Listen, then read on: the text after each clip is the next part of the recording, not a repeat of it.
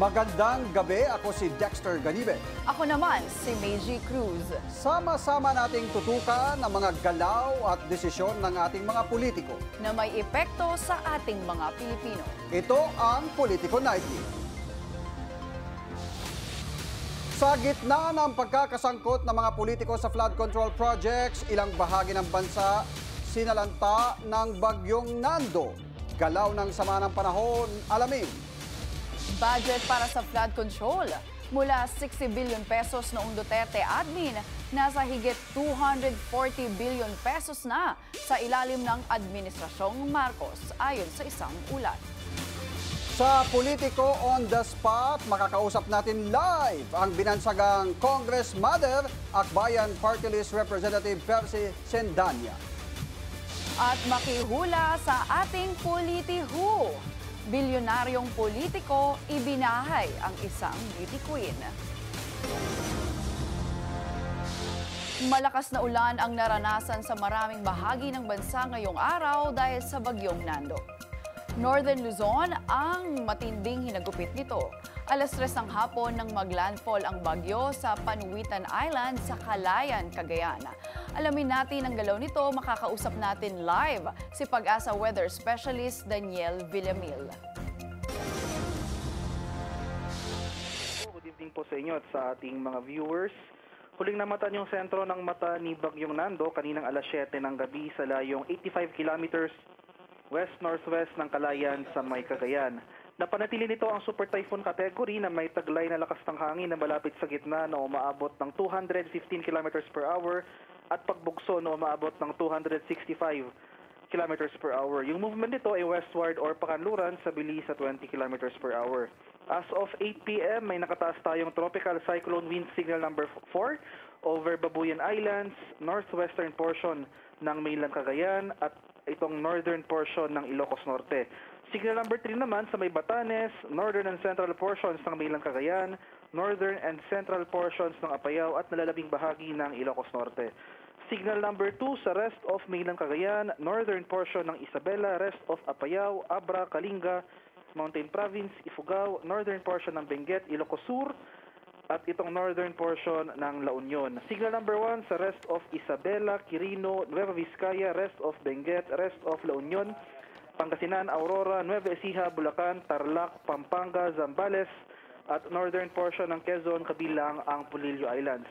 Kaya over these areas, especially itong mga lugar under wind signal number 3 and number 4, asahan pa rin natin at maghanda sa mapaminsalang hangin at masungit na panahon sa mga susunod na oras. Inasahan natin magpapatuloy yung generally pakanlurang paggalaw ni Nando. So for the next hours, makakaranas pa rin tayo ng extreme weather sa mga lugar na ito. In terms naman of heavy rainfall, yung mga malalakas na pagulan na dulot ng bagyo, itong northern and central Luzon, nakakaranas sa mga pagulan na direktang epekto ng rain bands ni Nando. Samantala sa nalalabing bahagi ng ating bansa sa may Metro Manila, southern Luzon, Visayas at sa Mindanao, dahil naman sa habagat o southwest monsoon na pinapalakas or in-enhance ni Bagyong Nando, makakaranas rin tayo ng mga pag-ulan at pagbukso ng malalakas na hangin. Pinapaalalahanan rin po natin yung ating mga kababayan sa mga low-lying exposed na coastal community sa banta naman ng storm surge o yung daloyong ng bagyo. Ito yung paghampas ng mga matataas na alon na posibleng umabot ng 3 metro. Kaya kung maaari mag-evacuate po tayo sa higher ground. Sa ating namang sea condition o kalagayan ng ating karagatan, may gale warning rin tayo currently in effect over the seaboards of northern Luzon. Kaya sa ating mga kababayang mangingisda at may mga sakyang pandagat, suspended po muna yung sea travel over these areas dahil posibleng umabot ng 14 meters yung taas ng ating mga alon. At yan lamang po ang latest mula dito sa Pag-asa Weather Forecasting Center. Dan Villamil Gulat. Maraming salamat Pag-asa Weather Specialist Daniel Villamil. Nananatiling mainit na usapin ang mga maanumalyang proyekto kontra baha sa bansa, kung saan sangkot ang mga politiko at mga opisyal ng DPWH. Sa gitna nito, naglabas ng datos ang Ateneo School of Government kung saan lumalabas na higit doble ang inilobo ng flood control project budget ng Marcos administration kumpara sa Duterte admin. Noong 2016, nasa 2.14% o katumbas ng higit 60 bilyong piso ang inilaan sa national budget. unti-unti na itong tumaas hanggang ngayong 2025. Higit 4% o tumataginting na higit 254.3 billion pesos na ang pondo para sa mga ito. Bukod dito, inilatag rin ng Ateneo School of Government ang pagtapyas ng 50 billion pesos na pondo ng 4Ps at zero allocation sa PhilHealth. Gayong binuhusan naman ng pondo ngayong taon ang ilang ayuda programs tulad ng AKAP, AIX, MAIF at TUPAD. Wala pang reaksyon ng mga miyembro ng PDP Laban matapos silang iturong nag-udyok sa mga nanggulo sa rally kahapon sa Mindiola. Pero ang tagapagsalita ng partido na si Attorney Ferdy Topacio mariin na itong itinanggi. Sa halip, tinawag niya itong saywar para mailihis sa mga tunay na dapat managot. Hindi na rin daw bago ang pagbibintang sa kanila ng administrasyon. Hindi na nga rin daw sila magugulat kung gawan pa sila ng mga peking ebidensya.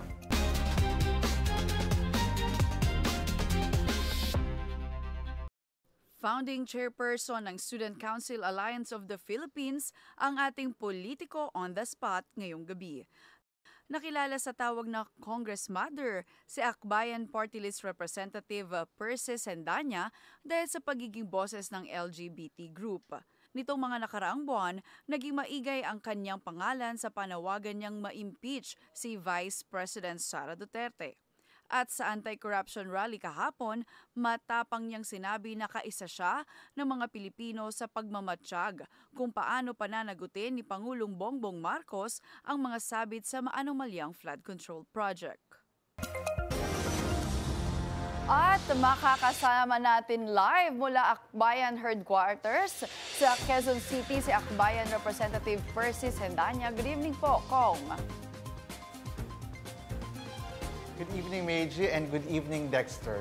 Alright, Kong, diretso na po tayo sa ating kwentuhan at tanungan. No? At kahapon nga, ginanap no, ang malakihang kilos protesta. No? At nandun po kayo, Kong. So ano pong masasabi nyo first and foremost? Ano masasabi nyo sa naging turnout po ng kilos protesta na ginanap po? Ay, totoo yan, Meiji. No? Mula maga hanggang hapon nandun tayo at talaga namang nakakataba ng puso yung turnout kahapon. Originally, as part of the organizing group, inaasahan natin mga 15 to 20,000. Pero beyond our expectations, bumuhos talaga ang tao sa EDSA kahapon. In fact, official crowd estimate would show na almost 100, if not more than 100,000 na mga kababayan natin ang talagang lumabas, nanindigan, even if marami nagsasabi, uulan ng malakas, mababasa kayo, pero they brave the rains, they brave the traffic at nanindigan para sa katarungan at para labanan ang katiwalian sa ating pamahalaan. Kung nasan po ba kayo kahapon? Kasi marami pong naging lugar eh. Nasan po kayo kahapon, Kong?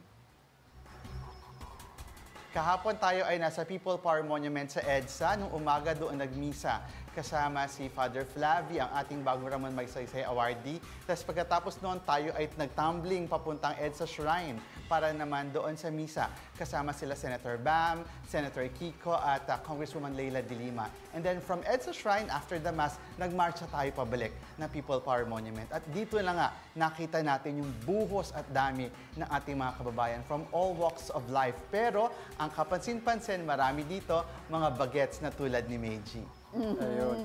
Kung matanong ko lang, kasi di ba may pahayag na ang Malacanang at sinasabi nga ang isa sa mga nag-udyok para manggulo yung mga kabataan, eh sinasangkot po yung grupo ng PDP Laban. Ano pong reaction niyo po dito? Well, we condemn violence kasi naniniwala tayo doon sa mapayapang paraan ng pagpapahayag ng galit at protesta sa pamahalaan. Pero I don't want to speculate kung PDP Laban ba ay involved doon sa nangyari sa Mindiola at sa Maynila. Pero sa dulo, dapat ay magkaroon ng maayos na trial, paglilitis, at maayos na handling, lalo na ng ating mga young offenders na mga minors. So, sana ay mapangalagaan din sila. Pero sa dulo, kinakailangan tayo na maging mapagmatsyag at vigilant pa rin mula ngayon hanggang sa mga susunod na araw. Kasi nakita natin kung paano sinasakyan din ng ibang grupo na mayroong ibang agenda liban doon sa ating laban sa katiwalian, itong ginagawa nating pagkilos at pagpapahayag ng galit sa nangyayaring korupsyon sa ating paligid. Kung mula po sa inyong partido, sa Akbayan na Party List, ano po yung mga inaasahan pa na susunod ninyong hakbang? Meron po ba kayong mga panukala para masiguradong may mananagot dito sa issue ng flood control budget, Kong? Kahapon doon sa ating rally, malinaw ang panawagan ng taong bayan. Talagang ang sigaw ay tama na, sobra na ang korupsyon, tama na, sobra na, dapat ikulong na ang mga may sala. At ramdam natin yung frustration ng taong bayan kasi noong nakakaraang panahon, merong mga na-expose, may mga nakakasuhan, may ilan na nakukonvict, pero later on nakakalaya din sapagkat sila ay may kaya at may kapangyarihan, kaya nagagamit nila yung weaknesses ng ating legal system para makalusot. Pero this time around, talaga nagpupuyos ang galit ng taong bayan, malapit na sa boiling point. So kinakailangan ito ay maging warning sa Marcos administration that they have to take seriously itong kanilang commitment to hold accountable yung mga nagnakaw sa kaban ng bayan. Kaya sa dulo, dapat talaga may makulong at may managot. Ayan. Meron pa akong mga follow-up question at mga itatanong po sa inyo, Kong. Pero sa pagbabalik po ng Politico Nightly, makakausap pa rin namin si Akbayan Representative Percy Sendanya. At Senator Villanueva, may kabit nga ba? Abangin yan sa aming pagbabalik.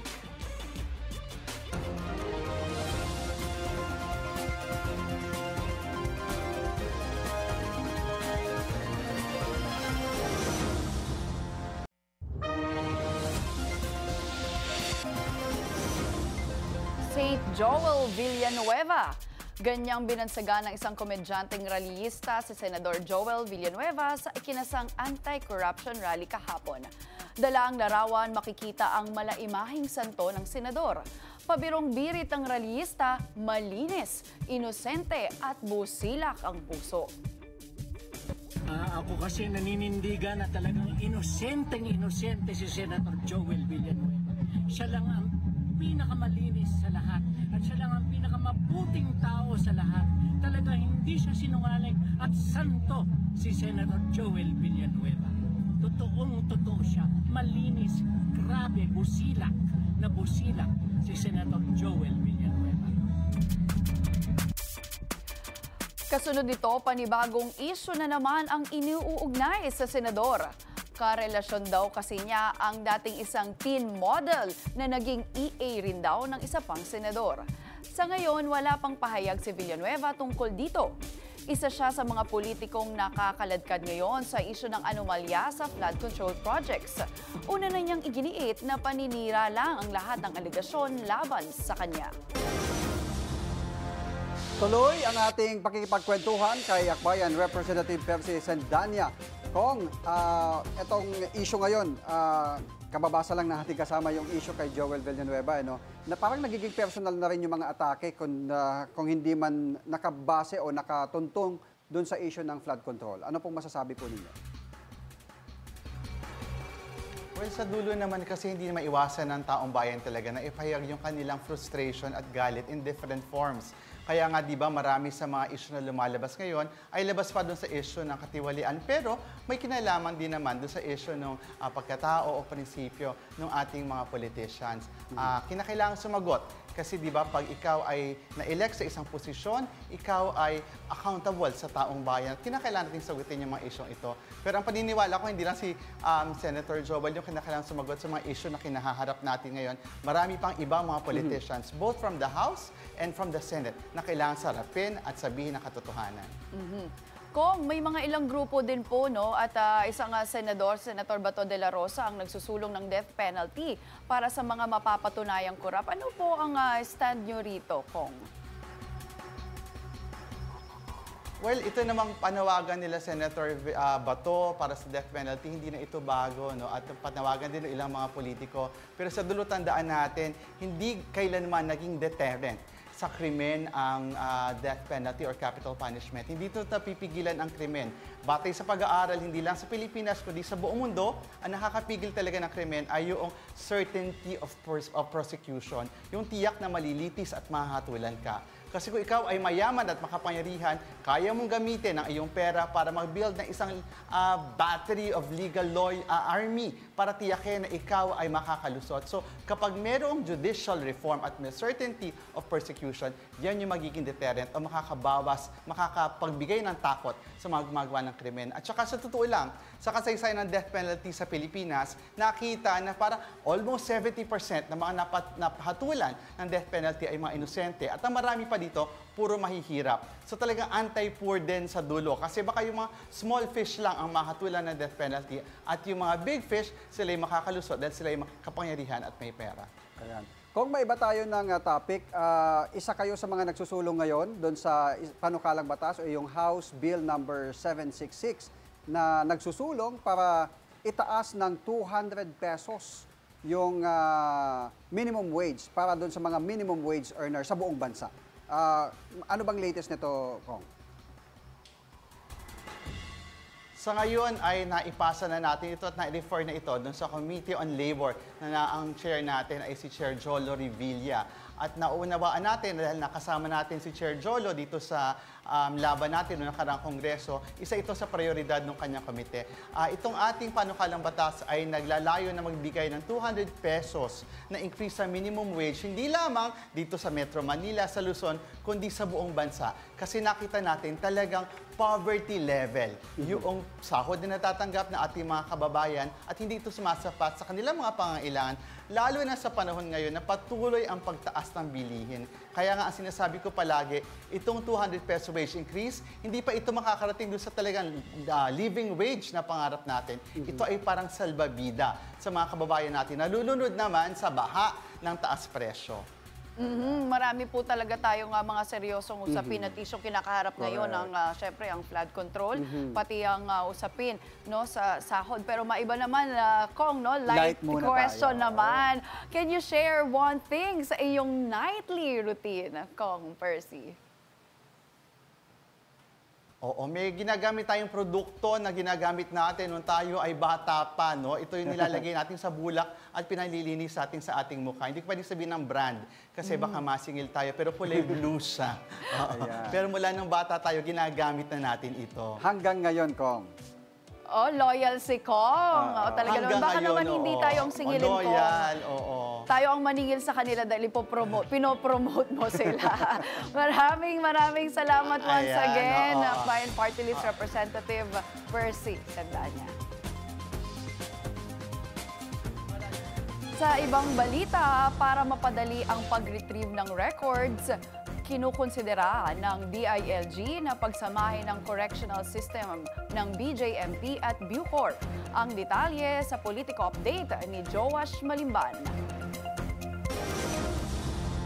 Pinagpaplanuhan na ngayon ng Department of Interior and Local Government at Department of Justice ang pagmamerge ng Bureau of Jail Management and Penology at ng Bureau of Corrections.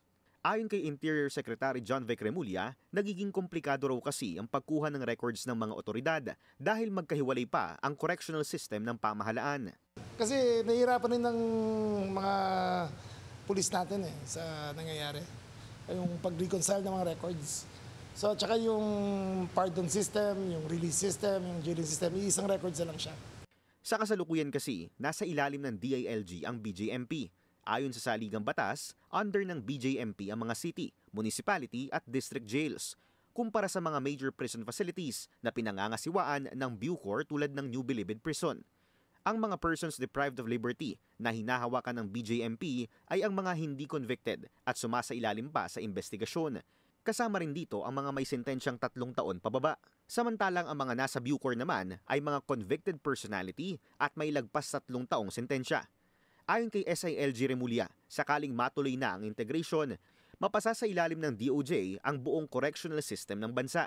Inaasahan din daw na mas mapabibilis ang proseso sa ating justice system. Joash Malimban, Bilinori News Channel. Sa pagbabalik ng Politico Nightly, maki-good vibes sa aliw na story time ni Vice President Sara Duterte tungkol sa tinawag na mommy thing ng kanyang chikiting.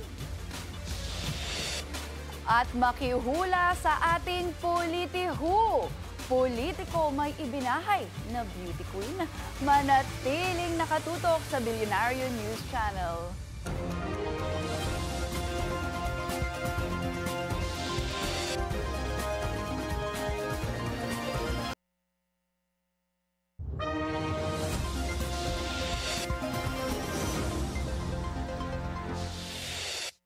Politiho time na tayo!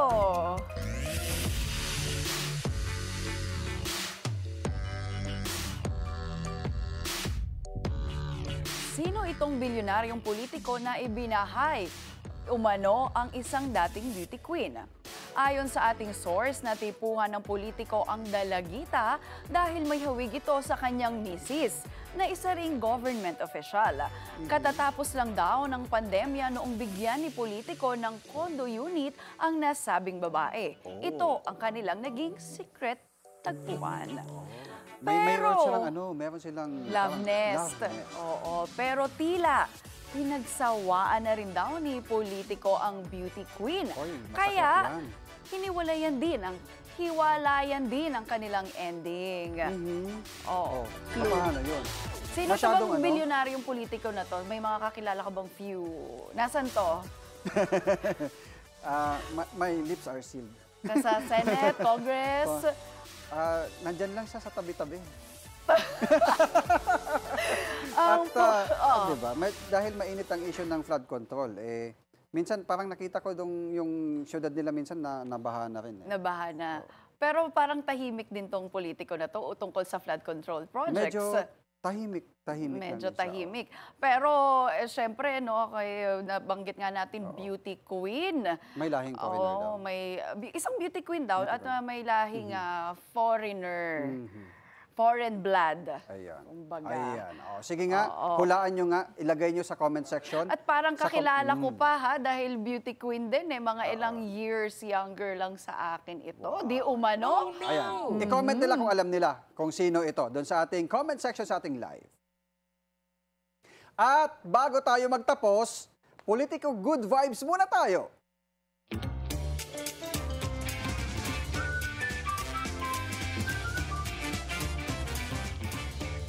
Sa story time ni Vice President Sara Duterte sa kanyang pagbisita sa Japan, ikwento niya ang pagkapikon sa pagdedma ng kanyang mga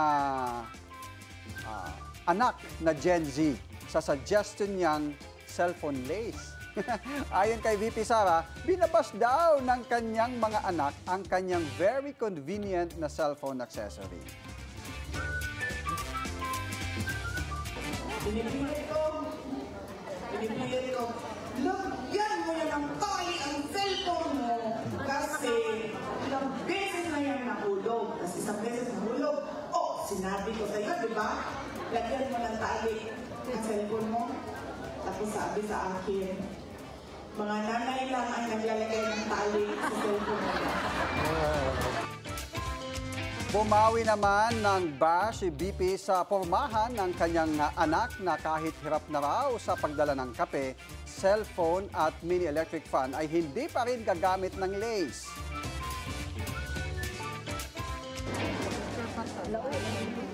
Sa cellphone.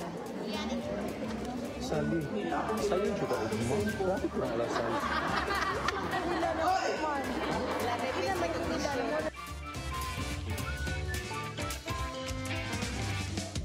Alam mo, Dex, ako pinipigilan ko maggumamit ng lace kasi lumalabas na mukhang lalabas sa pagkatite. Ayun. Pero alam mo, parang nabigyan ako ni Vice President ng tip.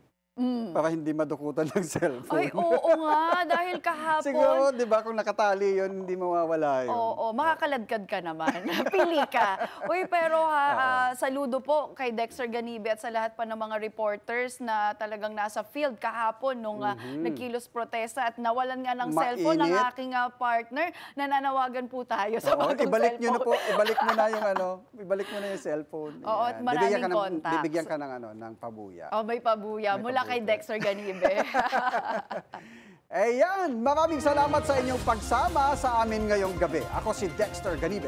Ako naman si Meiji Cruz. Hanggang bukas dito sa Politico Nightly.